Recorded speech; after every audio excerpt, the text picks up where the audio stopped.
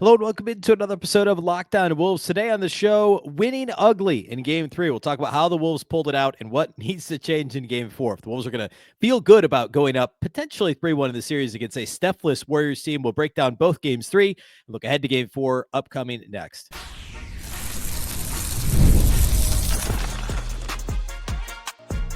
You are Locked On Timberwolves, your daily Minnesota Timberwolves podcast. Part of the Locked On Podcast Network. Your team every day.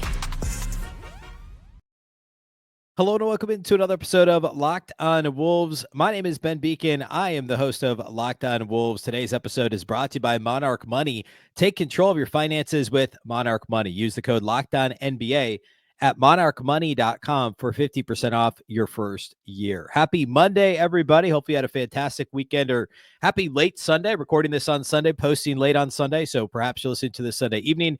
And maybe after watching a Sunday afternoon of Game 4s throughout the NBA. Today on the show, it's a bit of a combination post-game pod from Saturday night's win for the Wolves. It was ugly. I want to basically split the show between talking about what happened Saturday and what does that tell us about Monday night's game. Tonight's game, Game 5 of this series. Actually, no, Game 4 of this series. The Wolves are up 2-1. What do we take from Saturday and look ahead to Monday and say, okay, this is what needs to happen to feel okay? Because it was ugly on Saturday. It really was. And a win is a win, and I get that, and that's the thing we say in the regular season. But this was not a win to feel great about. The Wolves' execution for the second time in 3 games. And frankly, the majority of the first 3 games of the series, it hasn't been great. So we'll talk a bit about that. We'll talk about Ant coming on strong in the second half of this game, as well as Julius Randle being the best player on the floor once again, which is just amazing. So we'll break all that down. We'll talk about the rotation and, again, peek ahead to tonight's game. So all that's on the show today. Big thank you off the top for making Locked On Wolves your first listen every single day. Of course, this show is free and available everywhere. That includes YouTube, as well as all of your favorite audio platforms. Wherever you like to listen to podcasts, you can find Locked On Wolves. You can also watch on the Locked On Sports Minnesota app on both Roku and Amazon Fire TV. All right. So headed into Game 3, the Wolves won by 24 in Game 2. It never really felt like a 20-plus point blowout win. It was just the incompetency of a Steph-less Warriors team to only score 93 points in that game. The Wolves have now held the Warriors under 100 points in all 3 games, including the loss in Game 1. And I mean, like, that is the story, right? Like, how incompetent the Warriors offense is without Steph Curry. It's worth pointing out, like, an offense that is centered around Jimmy Butler and has somebody like a Buddy Hield, like, there is still some upside there. There's still some stuff you got to be concerned about. But like, how crazy is it? Like, how big of a difference does this just underscore that Steph Curry makes? And not like we didn't know that. But I mean, Steph had 13 points in 13 minutes in Game 1 before he got hurt. And realistically, like, does he come back at all this series? It's highly unlikely he's back for Game 5 on Wednesday. I mean, could we look ahead to Game 6 with the gap between Games 5 and 6? Yeah, probably. That's a possibility if the Wolves can't close it out over the next 2. But all that to say that the headline here is still the Warriors offense. And, you know, the Wolves defense was good. There were some good things they did, and we'll talk about Rudy's impact on today's show. But like, I don't know. I don't think it's lack of effort for Minnesota, and it better not be in a playoff series, although we could say that about some other teams, and Clippers, Lakers, first round, both of those teams kind of just giving up toward the end of those series, which the Clippers is wild because it was Game 7. But all that to say, I think all of that is important to point out, that is the biggest thing at play here. And if you're a Wolves fan, like, I mean, it's not pretty, but you're up 2-1. And in order to feel good going into the second round against OKC or Denver, as of this recording, OKC's down 2-1 in that series. They're leading early in the game as I'm recording this on Sunday afternoon against the Nuggets. So, who knows? That series is probably tied 2-2 as of Monday. But yes, the Wolves on the one hand are a team that's played up or down to their competition virtually all season. They played well against the best teams in the league, right? They beat Denver 4 times, or every time they played. They might only played 3 times. They split 4 games against OKC. They played Houston tough. You know, we know that they played well against all the best teams in the league and have struggled at times with worse teams. And so will that be the case in the playoffs too? Yeah, probably. But I don't think we should have to bank on that, right? Like the Wolves should be able to get up and be ready to play regardless in the playoffs. And so I think the way that the Wolves have been, like, I actually give them a little bit of a pass in game one, because to be geared up to play a Steph Warriors team and then to all of a sudden be like, oh, he's not here now, what? I could see that being an in-game letdown if you're on the floor. Game two ended up being a blowout win. Game three, like, at this point, you know the deal. Like, you know Steph's not playing in games 2, 3, 4, and very unlikely to play in game 5. Just go out there and play your hardest, play your best, execute the game plan, and you should win these games double digits every time. I believe it was a 5.5 point line at FanDuel going into the game on Saturday. The Wolves ended up winning by 5 because of a late three. So a late impactful shot there. I forget who made the corner three for Golden State, but that was a multiple possession win there was no garbage time, right? Like this was not a winning going away game. And so it's a bit concerning that Minnesota wasn't able to show up. Like they didn't score for the last 6 minutes of the second quarter in this game, or I should say they didn't make a field goal in the last 6+ minutes of the second quarter of Saturday night's game 3. That's a major problem. That should not be where this team's at this point in the year. And Golden State's a really good defense. We talked about that leading into the series. They're a top 10 defense virtually all season. They were great. They were the best defense in the league post Jimmy Butler acquisition in mid-February. So give the Warriors their due. And I think that's important to note too. It's okay to be frustrated with the Wolves, and they should be playing better, especially offensively. There's no question. I'm not at all saying that that's the case. But Golden State's a really good defensive team. Again, the league's best over the last 3-ish months. So like, let's not lose sight of that. And losing Steph doesn't make them a worse defense. I mean, it might slightly. Like Steph's a good defender, but they're able to put more youth, more athleticism, more length on the floor without Steph. And also, you know, they're a bit more malleable defensively, I would say. So it's no shame to struggle a little against this Warriors defense, but the way that they struggled was not great. Now, Julius Randle, we got to talk about Julius, and I want to do that now. Julius Randle basically saved the day in this game. He was the best player on the floor, I thought, bar none, really. And I know he wasn't ultra efficient, 24 points on 23 shots, but he was the guy that was willing to attack, you know, taking it to Draymond's chest, drawing a couple of big fouls on him late. Draymond, of course, ultimately fouls out. Jaden McDaniels drew the final 6th foul on Draymond, but like the Julius Randle charge that was overturned into a blocking foul that was upheld, I guess. I thought that was the right call too, by the way. I know Warriors fans pay attention to the elbow in the chest. Okay. But it also, you could argue that Draymond, well, actually, that's really the only argument. Draymond might have been square. He didn't beat him to the spot. Like Draymond's still moving. And I can't remember the exact Scott Foster explanation, but Draymond did not get to the spot first where the contact occurred. That contact was made by Draymond when Randle was already at that location on the floor, right? Like the defense has to beat the offensive player to the spot. And that contact happens before Randle's elbow even gets involved.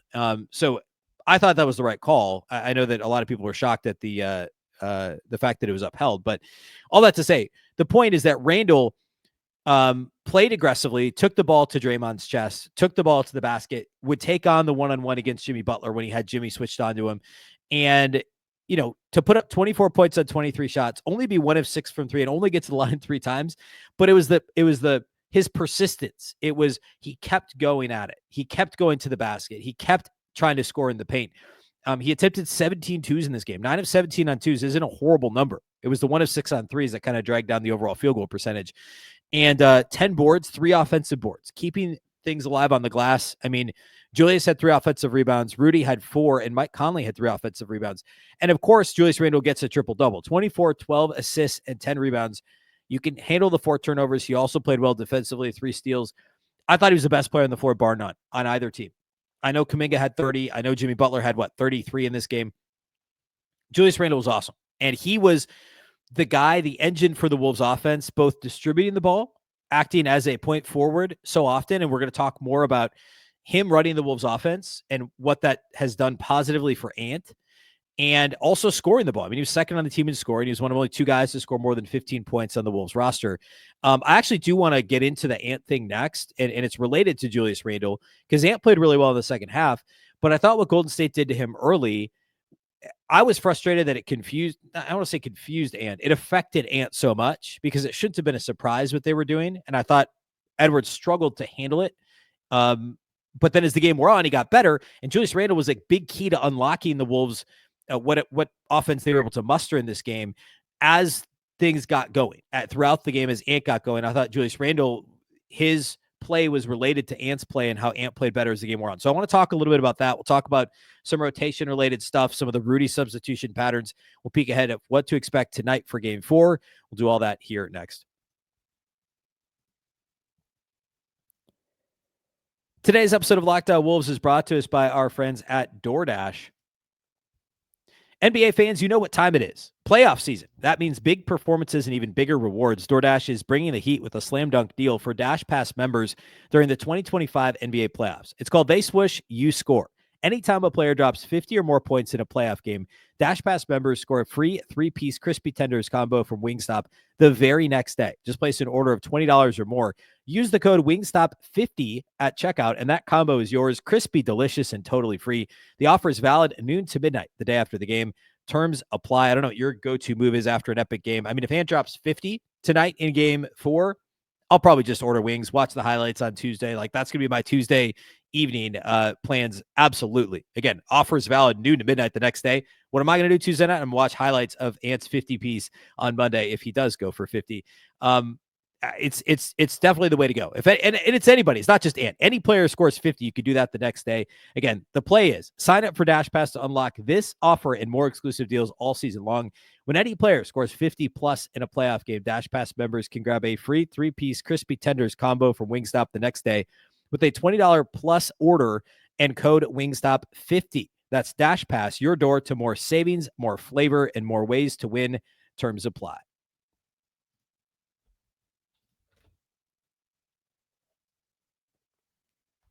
Okay. So we talked a bit about Julius Randle. One last note on him before we talk about the Ant stuff. Our guy, Jack Borman, who, of course, is on the postcast live after the game. He's actually in San Francisco. He's in the Bay Area. He'll be there again tonight. So he'll be live from the Warriors Arena with our guy, Luke Inman, over at Locked On Sports Minnesota on YouTube. Again, live after every game. If you can't catch it live, the audio's on this feed. In fact, it's the episode before this one, is Jack and Luke immediately post-game on Saturday. But Jack tweeted out, I guess it would have been after the game, late Saturday, early Sunday, Julius Randle in this game had 24, 12, and 10, which we know. When he was on the floor, the Wolves were a plus 14. They won 92-78 in 40-plus minutes. Their defensive rating was under 99, and they were a plus 19.2 net. Okay. When he was off the floor, the Wolves lost those minutes, the non-Julius minutes, 19-10, and had a defensive rating of over 135 and an offensive rating of below 67. That's unbelievable. As far as on-off goes, and certainly in one game, some of that stuff can look pretty noisy. But if you watch this game, you know that Julius Randle was the engine of the Wolves offense. And when he was off the floor, they were pretty rudderless. And that's a little bit of an indictment on Anthony Edwards. It's a little bit of an indictment on Chris Finch. But it's more just how well Julius Randle played in this game. And what I alluded to at the end of the first segment about Randle affecting Ant's game is I tweeted about this during the game on Saturday too. If you watch the Wolves' possessions, especially in the first half, when Anthony Edwards initiates the possession, I think they scored like once. When he had the ball in his hands to start the possession, the Warriors were just loading up. And when Mike Conley, or more often it was Julius Randle, had the ball in their hands to start the possession, the Wolves were far more successful, allowing Anthony Edwards to start off the ball. And, a lot of times he's the first, he catches it in the half court, and then they're still going to swarm him. But then he can get back off the ball and get it back. And it just increases the chance that he ends up with a catch and shoot opportunity. And again, Randle, the possessions where Randle started with the ball in his hands, and this was the entire game, but the first half, it was even more glaring where the Wolves offense really struggled in general and Ant didn't play as well. The Randle initiated possessions were far more successful. I thought that, again, the ability for Ant to catch and shoot was huge. Speaking of catch and shoot, 4 of his 5 made threes, Anthony Edwards made threes in this game, were assisted, which is a pretty normal number for most players. But Anthony Edwards, more than half the time, his three-pointers are not assisted, which is a really big number. Only 47.5% of Anthony Edwards' three-point makes this year were assisted. That's the lowest mark on the team. Less than half of them. Everybody else, if you throw out Rob Dillingham, only played 500 minutes. Everybody else is north of 80% assisted on threes. And we know Ant's great with catch and shoot threes. I don't have the number in front of me, but he's mid 40% on catch and shoot threes. He's also really good at at pull-up threes. Again, more than half the time, his three-point attempts are not assisted. But in this game, because of the way that they were playing him, the Warriors were trying to force him to not walk into threes because they knew if he walked into a couple of threes, not only is he a good three-point shooter, but then he gets a rhythm. They wanted to show him bodies to make him work to try and get to the basket, and they decided they would live with the results because they knew that he had been struggling a little bit at the rim. And again, if he couldn't get to the rim because they were just swarming him, he would have to kick it to somebody else, and they'd live with the result of, Jade McDaniels attacking a closeout or whatever, or shooting a catch and shoot three. And it worked for the first half, but then eventually Anthony Edwards realized, hey, I need to just work to get around this double team and then start the route. There were a couple of possessions late in the game, really mid fourth quarter, as the Wolves kind of expanded their lead and really started, it actually felt like they were going to win the game, where Ant did the exact right thing. He turned the corner on the double team. And then instead of, getting out over his skis and be like, all right, I'm going to score through these guys. I'm going to get past it. Like, he made the right pass. He got himself a better passing angle by trying to get around the double team, kicking it either to the middle of the floor or to the strong side corner, and then starting a rotation where he could cut through. They could swing the ball around the perimeter, and maybe he gets it back on the other side and the ball finds him again. Or maybe it doesn't, and it finds Naz Reid for an open three, or whatever the case might be. But Golden State's strategy of let's put two on the ball, especially if he brings it up the floor, just put as much ball pressure as we can on Anthony Edwards, make him uncomfortable. Don't let him walk into a step up three, either a step back three or step into a pull up three, and allow him to get a rhythm. We know he's good from 28, 29 feet. Just make him uncomfortable. And again, ultimately, Ant ends up shooting 5 of 14 on threes, which is fine. Like, it's not what we're used to. It's not quite to the percentage he shot during the season, but that's a fine mark. That's basically league average. And 4 of his 5 makes were catch and shoot. So, I understand the Golden State strategy, but also we have to credit Anthony Edwards for figuring out how to attack that, especially in the third quarter where he was getting off the ball. He had a couple where he came off of, he curled around screens, got the catch, and was like, oh, I'm getting downhill immediately. He had the monster dunk in the third quarter. And that dunk really set off a bit of a Minnesota run. I mean, Wolves were down 5 before the monster dunk with it was like a minute 50 or so left in the third quarter. And that was a catalyst for the Wolves. That brought them from down 5 to down 3. They ended up being down 4 at the end of the quarter, but Ant hit another 3 before the end of he hit a 3 before the end of the quarter. He only had 1 to that point. And you could just kind of feel the momentum building for the Wolves. And of course, from that point out, they outscore the Warriors, ultimately win by 5. But the Anthony Edwards dunk is a moment we can point to, and that was him getting downhill, again, off-ball action, catching and attacking. And that has to be one of the counters for Chris Finch and the Timberwolves. If they're going to put 2 on the ball, don't have Ant bring the ball up the floor. He's going to wear himself, and I know he's one of the better ball handlers on the team. I get that. You want the ball in his hands, but he's going to wear himself down doing it. And that's part of the calculus if you're the Warriors, is you're trying to not only get into his head, but also make him uncomfortable, wear him down physically, not allow him to catch a breath. But if you're Minnesota, allow him to catch a breath by starting off the ball, starting in the corner, running some sort of action where he's getting a catch on the perimeter. And if it's a pin down into a 3, great. If it's he's getting a catch or dribble handoff and they're immediately doubling, he's got to get off the ball quickly anyways. But at least you're sparing him the 7, 8, 9 seconds of dribbling up the court and being pressured and then trapped. And again, the Wolves did more of that throughout this game. And then eventually when Ant was doubled, he was doing the right thing by trying to get around that double either attack, as we saw with the dunk, or a couple of other plays where he got to the free throw line late in the game, which he wasn't getting there early, but late in the game that he got a few more whistles. And then, creating for others and putting the defense in rotation, a really good Warriors defense, making them work, is the right approach for Anthony Edwards. I want to talk a bit more about tonight's game, or Monday night's game, about game 4, and what to expect. Adjustments, and related to that is the Rudy Gobert thing, the rotation. So we'll do all that here next to close out the show today.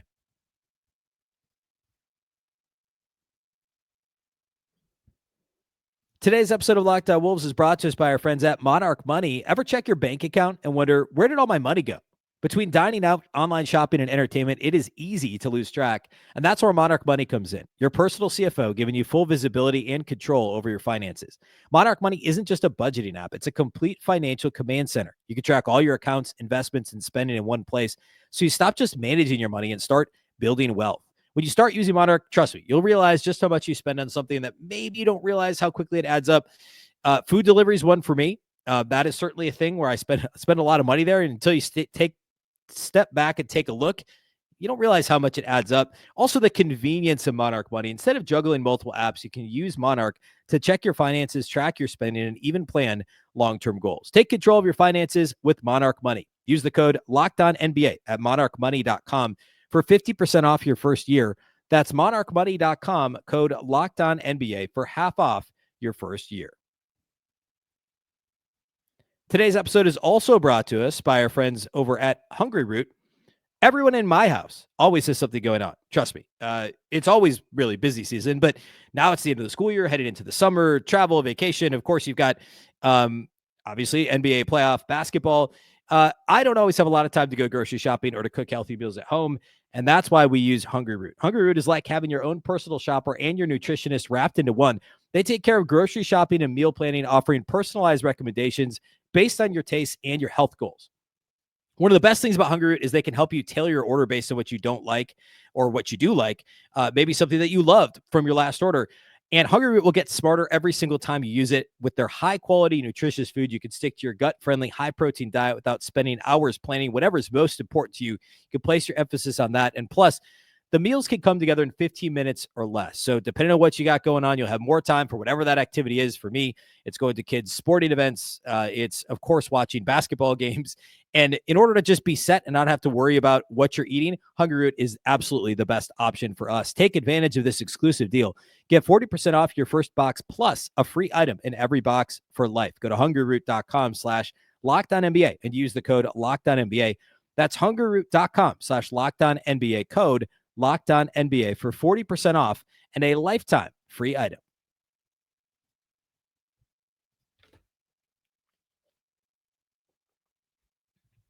All right, couple things to look forward to here in Game 4. First, the Timberwolves bench. The bench has to show up. We know that the bench played fine in Game 2. The Timberwolves 23-point win. I thought the Timberwolves bench was really good. There were some great Nas moments. Dante has really struggled to score the basketball so far in the playoffs, but I think that there was some signs of life in Game 2. That was the Nikhil 20-point game. Nas had 11, but I thought he played better than that. They combined the three of those guys off the bench, combined for 13 assists and just 3 turnovers. And then in Game 3, they completely disappeared. Nas had 9 points. I thought Nas actually played pretty well. Dante struggled mightily. He had 2 points on 3 shots. Nikhil was scoreless on 4 shots. So Dante and Nikhil combined to go 1 for 7 and 0 for 3 from 3 with 4 assists and 4 turnovers. That's not going to get it done, especially when Golden State gets something out of their bench. And not just something, but Jonathan Kuminga had 30 points. They finally decided to play him. I know Kuminga isn't what people thought he could be, and I'm not sure that he is at all. I'm not a Kuminga truther by any means, but especially with no Steph, why aren't you playing this dude more? He was awesome off the bench for Golden State, and I thought they got productive minutes from Kevon Looney as well. He fouled out in 18 minutes, but he was good. Minnesota's bench has to play better. That was even after Game 1, that was a big kind of, the basketball world was like, the Wolves have so much more depth, especially without Steph. The Timberwolves have kind of, we could have said this during the Lakers series, now it's probably 8 of the best 9 players in the series. I guess you could add Draymond on there. So 7 of the best 9 players or 8 of the best 10 players or whatever. Virtually everyone in the Wolves rotation is as good or better than everybody in the Warriors rotation this side of Jimmy Butler. And I know Draymond is Draymond. I know Buddy Hield can be, he's always Buddy Hield. There's some good, there's some bad. But the Wolves' depth, their bench has to show up. And that's going to be a key, I think, in these next couple of games as they try and close the series out before Steph potentially returns. Another thing to look out for in Game 3 on Monday night, Game 4 on Monday night, I keep doing that, would be the Rudy Gobert on-off game. And I don't just simply mean the on-off number for Rudy, but how Chris Finch is using him, which obviously that's related. Rudy turned in a pretty good game. He only played 27 minutes. And there was a little bit of foul trouble there early in the game for Rudy. That's part of it. But Chris Finch is pretty clearly kind of going offense, defense with him, and not simply in late game situations, but on a more macro level. Hey, we're struggling to score. Let's take Rudy off the floor and put Nas out there and go small and try to spread, smaller, try and spread the Warriors out a little bit, try to run in transition, take advantage, try to be a little more switchable on the perimeter, although it's mostly an offensive adjustment. And then on the flip side, if you look at the substitution pattern of quarter 4 in Game 3, Rudy was off the floor for a good chunk of the fourth quarter, because to the point where I thought Rudy wasn't going to be on the floor at closing time until the Wolves built like a, 7-9 point lead, something like that, before he puts Gobert back in. And then Gobert does actually close the game, because what do they need? They needed defense down late. I'm going to actually see if I can find exactly when he came in. He came in at the 4:20 mark. So the Wolves were actually, at the moment, they were only up 3, but Rudy came in with 4:20 left in the game and played really well. He had a charge that he got called for, but he had an and one. He had a couple offensive rebounds, a back tap, and then a pretty big defensive rebound toward the end of the game after a miss by Kuminga when the Wolves were still up 7 with a minute left. But that kind of sealed it, right? Grabbing that rebound. And there was a bit of offense defense there. Like, there was one possession in there after the timeout where, before Julius Randle threw the ball away, where Gobert came off the floor in favor of Naz. So I think Chris Finch has pulled the right levers when it comes to this. I think he's picked his spots to go smaller. And I think, like, I don't see this as like the Warriors playing Gobert off the floor, which is a term we haven't heard as much, as it turns out, since Gobert was so good against the Lakers in that closeout game, or a phrase we haven't heard that much.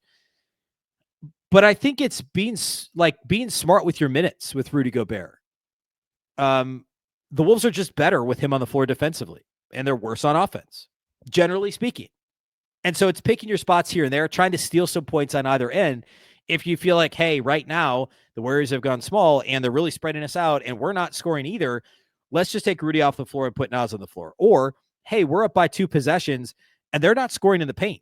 Like, Rudy did an awesome job in the paint in this game. I mentioned I don't know if I did.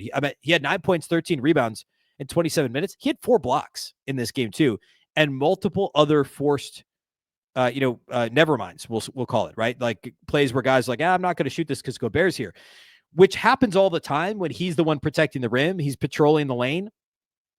But we're still seeing guys think they can attack Rudy on switches. And it's really comical at this point to watch that, because it mostly isn't going to work. Like, Luka can do it and have some success because he's Luka. Steph can do it because he's Steph and have some success. But if Gary Payton II wants to do that, be my guest. Like, the Wolves would love that. Like, please attack Rudy Gobert in space. It's not going to turn out well. Rudy's a plus defender as far as centers go in space. There's a reason he's the 4-time defensive player of the year. He is very versatile and he can do that. Sometimes the best offense beats really good defense, and that happens. And that's how Luka made that shot last year in the conference finals. It's how Steph makes those shots. Like, it happens sometimes. It doesn't mean Rudy can't defend in space. And I hope the Warriors keep trying this. And I don't think Steve Kerr wants it. I think Steve Kerr knows it's not a winning strategy too. But the point here is that Finch is, I think, pulling the right levers when it comes to, hey, we need to go defense. We need to have Rudy on the floor. We need to stay big. He's dominating the paint. He has 13 rebounds in 27 minutes. Like, this makes sense. And 4 blocks. Like, he's picked his spots well there. I also think he's picked his spots well when he's just needed more offense and put Naz on the floor. And Naz has played really well in this series. Rudy, by the way, has played exactly 27 minutes each of the last 2 games. That feels like it's the right number for him against this Warriors team. And of course, maybe it's a similar strategy against the Thunder, but on the flip side, the Thunder are a worse rebounding team than the Warriors. And so maybe you do want Rudy in there against the Thunder. And obviously it's a different story against Denver, which is just a pretty big team. Even if Rudy's not guarding Jokic much one-on-one, I'm not intentionally trying to look ahead. I'm just thinking bigger picture in terms of Rudy. Like, what do these other matchups look like for him? But I think Chris Finch has made the right call over the course of the first, 3 games of this series when it comes to how much Rudy plays versus how much Naz plays, when they play small, when they play bigger.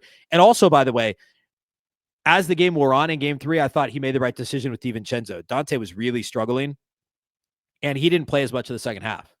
He was by far, if I didn't do studs and duds for this game because it's not a true post-game pod since we're, a day removed, but Dante was a -14 in a game they won by 5. Nobody else was worse than a -5 for Minnesota. Like, just not a good DiVincenzo game. He had 3 turnovers in 16 minutes, struggled defensively.